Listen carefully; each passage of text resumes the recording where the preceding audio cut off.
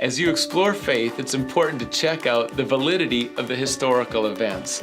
When it comes to Christianity, the central event is the resurrection of Jesus Christ. And so what evidence is there? Did it really happen? How do we know? Let's take a look at 9 pieces of evidence and consider how valid they are. Number 1, Jesus' bold claim. He said, "I am the resurrection and the life." Now, the name for God is I am in the Bible, and Jesus is saying that He is God and He overcomes death. Whoever believes in Him will live forever. That's a bold claim. Not too many people can say they are the resurrection. He also, second, had a prophecy. He said, "I will be killed and on the 3rd day raised to life."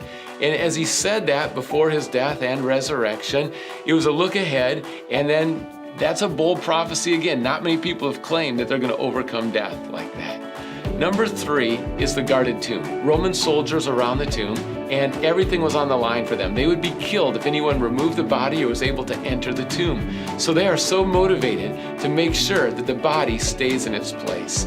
And then number 4, eyewitnesses. Over 500 eyewitnesses, not secondhand or thirdhand, but firsthand, people that experienced Jesus and saw Him, the risen Lord.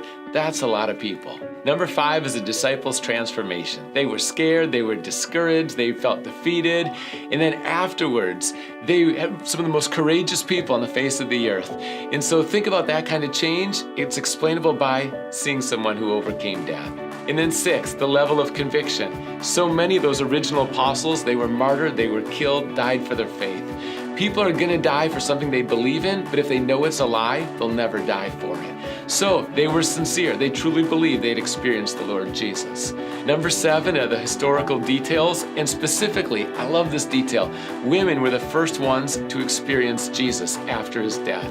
Now at that time, sadly, women were seen as second rate, and their testimony couldn't even stand up in court. But these women, they saw Jesus and they spread the good news. This is God's plan. This is heavenly. This is not something you would contrive or make up, because anyone who's making up this plan would never have women be the primary testimony. Number 8 is the empty tomb. Jesus is no longer in the grave.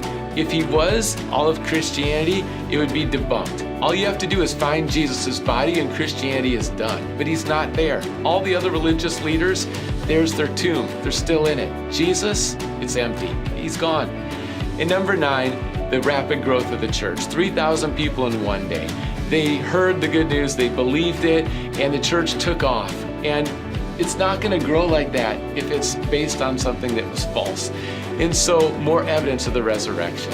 It all comes down to evidence. And Lee Strobel, he was a journalist for the Chicago Tribune, and as he considered Christianity, he didn't believe at the time. He said, "Give me all the evidence." He researched it. And when all of it was laid out, he decided to follow Jesus because the evidence points that direction. You have an important decision to make, and I encourage you to check out his books, The Case for Easter, The Case for Christ, The Case for the Resurrection, and you'll get a lot more detail than you will in this video. But ultimately, it takes faith either way, to reject or to believe Jesus and the resurrection. So check out the validity, look at the evidence, think about it, consider for yourself, is Jesus risen or is He still dead and in the tomb?